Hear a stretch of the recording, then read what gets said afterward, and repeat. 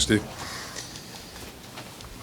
Obviously, all of us are disappointed with the loss. Congratulations to our opponent. And, I thought our guys played with good effort, thought they were ready to go. And, we got off to a really good start, a really positive start. And then, from there, things didn't work out so well, obviously. But, again, I thought our guys really worked hard, missed some opportunities. And not that there were a lot of them, but the ones that were there couldn't cash in. Did a lot of good things on defense, certainly, and a lot of big special teams plays. And then, stating the obvious, we have work to do, obviously, to move the football, and we're going to have to score points to be successful. So that's where our focus goes. But, again, I just got a locker room full of guys that are really invested, that play hard, they care about each other, and don't have many main answers right now. Other than we go back to work tomorrow and see what we can figure out and try to move forward. I'll throw it out for questions. Kirk, when you look at the quarterback, that's the one everybody's going to point to. You decided to stick with Spencer after last game, through this game. Why stick with him at this point? Yeah, I guess, to me, both these games, he's still not getting enough help to really do a fair assessment. He hasn't been perfect, obviously. Nobody has. But we got a lot of moving parts right now on offense, and then we're, shorthanded a little bit at a couple positions. So we'll keep working through it. We'll talk about it tomorrow and, see what happens moving forward. Does that, with one touchdown scored in 2 games, is there anything that can jumpstart your offense right now? Well, hopefully getting some players back would help us, but, we can't count on that. We got to play with the guys we have and see if we can do a better job. Is Spencer for sure your week 3 starter? No, I didn't say that. I just said today he played the whole game. In my judgment, it was the best way to continue through this game, and gave it some thought, but I felt like it was our best opportunity, and but we'll reassess everything tomorrow. How did your offense get to this point? I mean, it's got to be more than just missing players, doesn't it? Yeah, I don't know about that. I think it's certainly a factor. It's not an excuse, but it is a factor if you do the math on it. We got, I think by my count, 3 guys that were out pretty much from the start of camp that play outside on the perimeter. Not so much Nico's, was during camp. And then Deontay Vines got hurt during camp, too. He's doing really well. So you take those 2 guys. Breck was out. Keegan Johnson's been out. That's 4 players that, a year or last December I would have told you we're counting on. What about the offensive line? Got to do better. On Wednesday, your offensive coordinator said, if the guy can't do the job, we'll find someone else to do the job. Do you feel like Spencer's doing the job right now at quarterback? No, we'll assess all that tomorrow. Obviously, just the statement made about points scored. We're not going to win moving forward if we can't score more points than that. And we got a really good defense right now. But you can't count, you're not going to win a game 7 points, 10 points a game as a rule. How much does that bug you as someone who preaches, complementary football, offense, defense, special teams, or 2 units clearly playing really well right now, one not? Yeah, part of complementary football is the other people helping out when one unit's not going well. But, we're going to have to move the ball offensively. That's, we're not going to sit around waiting on special teams and defense to win every game for us. We can't do that. It's not realistic. I don't think you've had 11 personnel in a game the last 2 games because you had 1 scholarship receiver available. How much has that really prevented you from running your full arsenal? Yeah, it limits what you can do, realistically. So, it is what it is, and we got to try to coach around that. That's our jobs. Try to figure out a better way to move the ball and be successful there. And right now there's really nothing that's looking great, and that's we got to try to figure that out here in short time. I can't imagine there will be any or many more 90 to 99-yard drives against your defense this year. What did you kind of see on that drive that Iowa State was able to kind of just chip away at it? Credit to our opponent, and maybe we're deflated by the turn of events, prior to that. But still, you got to keep playing. And, we had them on the 1. If we could make them punt again and, get the ball back, who knows. And but, credit to them. They responded when they had to, and that's what it takes to win football games. There was a play on the sidelines. It was a kind of a contested catch that they made, a 3rd down catch, and then they went hurry up, and there wasn't a snap. Yeah. Did you try to get a replay or call a timeout at that point? In retrospect, I wish I had called a timeout. In our conference, and it's one major difference apparently between conferences, I learned something today. That play would have gotten stopped in the Big Ten. Yeah, that's just the way it goes. Any bang play, they stop it. They don't let the opponent quick snap it, and credit to them. That was a smart move on their part. But and I still don't know if it was a good catch or not, but I just know it would have been nice to have a review on that. The Potabom fumble, did you think he crossed the goal line, or? From where I'm standing, you can't tell. The people upstairs thought it was a touchdown. They thought he broke the plane, and if you break the plane, it's a touchdown.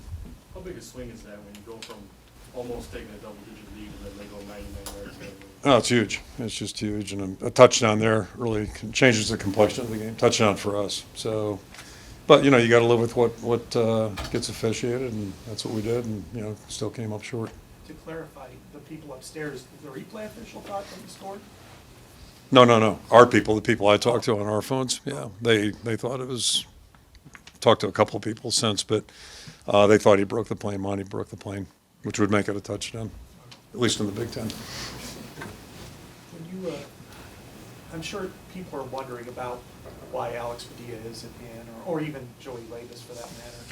What is it that they're not doing to put themselves in a position to, It's really not that. It's I guess the best way I can phrase it is, we have a lot more exposure to what's going on with our players on a daily basis, and you get to see them on Saturdays. Obviously, you get to interview them, talk to them, and all that. But we see them on a daily basis, and this goes back to the spring and last fall as well. So it's just been our estimation that Spencer's a starter, and wanted to give him that chance again today.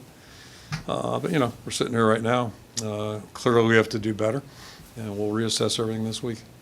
In terms of the whole offense, what are the disconnects between what happens in practice where you feel like you're getting momentum and then you're not carrying over into game day? Well, hopefully practice goes fairly smooth, week in and week out. You're not going against your first, at least now, we're not going against our first defense. So, you hope you can go out and execute, and we've seen some really good things. I thought we got better this week. I really did. It didn't show today necessarily, but that is the deal. And then the challenge, everything gets judged by what happens on a game field against good competition. And Iowa State played a really good game defensively. So, but I think right now because of our personnel, people can cheat a little bit, and it's making it a little bit tougher for us to climb that hill.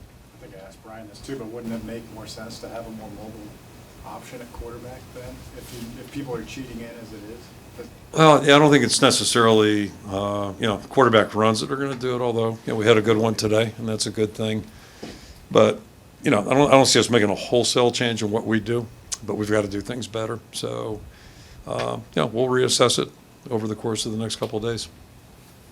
when you doubled down in the offseason, when you had Brian stay as offensive coordinator, move over to quarterbacks coach, are you thinking differently at all about maybe something to do different schematically with the offense to try to get it jump-started? Whether it's more Wildcat, which you used a few years ago, or just something different? Yeah, I'm not sure that's going to help us right now. Really, we just need to find some ways to move the football and score. I'm not sure that's going to be, going to a gimmick or wholesale change. As I said earlier, we're 2 weeks into it now. We should have a better idea of what we can do and what we can't do and where the hot spots are and try to compensate for that. And then hopefully we'll get some personnel back too. And I think, Nico has a chance this week. Hopefully Brody Brecht, it's week 3, so maybe we can get him involved. Hopefully that'll be part of the solution here. But, we don't have a quick fix right now. Well, it's difficult to make wholesale changes once the season starts. Well, because your team is your team, your roster is your roster. And as I mentioned a minute ago, you got 4 guys that look pretty good at receiver that aren't playing right now. So I think it would impact any team in the country, even if you had 10. It's a pretty good percentage. You historically have not changed quarterbacks. I mean, you're not a Yankee quarterback coach. Yep. Why has that been? And I know you've already answered that today, but Right. Why is it in general? I would agree with that comment or that statement if in fact that quarterback has built up some credit. He's got an account going. Yeah, we've been around Spencer 3 years now. This is his 3rd year playing as a starter. So we've been around him, seen him do a lot of really good things. And as a person, as a young man, he's stellar. He's been really good. So, He's got all the attributes you're looking for, but it's not going well for him right now. It's not going well for anybody in the offense, quite frankly. And, if making a change is the best thing, then we'll consider it. If not, we'll just keep pushing forward, see what we can do. Bit of a two-part question on the offensive line. Last week you talked about Logan Jones and Connor Colby doing things technically, like in their first game, like, snap cadence and Connor Colby doing guard things at tackle that you didn't expect this week. In terms of those little changes, did you see that out of the offensive line? And then the second part of that is what would be the next step for the offensive line, progression-wise?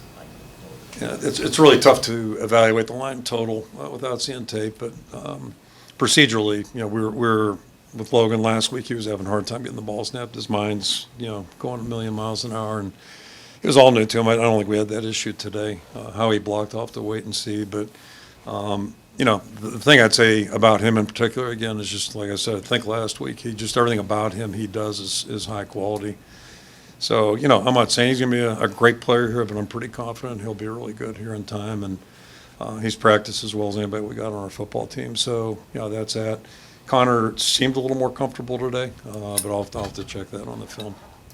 Keegan Johnson, you didn't mention him, maybe coming back next week, is that a possibility or not? I think it's a possibility. He improved. For the first time I can say that. He's improved this past week and gave us maybe a little room for optimism. I think Nico's getting close. I don't know if he's there. We'll know more as the week goes on. So, those two guys are definitely possibilities. Vines is going to be a while. Like on the other side of the ball, Cooper DeJean had, high-quality gain, 11 tackles, interception in the end zone. He's moving back and forth. He's just a true sophomore. Is that representative of what you see of him, and what kind of is his trajectory? He really impressed us last year. It's, again, one thing in recruiting is always a projection. Then you get a guy on campus and really start to watch him operate. And even back last year in August, he was really impressive. So he's certainly a more confident guy now, and he's very versatile, as you see. He's a really good special teams player on top of it. So there's probably not much he couldn't do, and just glad we have him. Anything else? Okay, thank you. Thanks, everyone.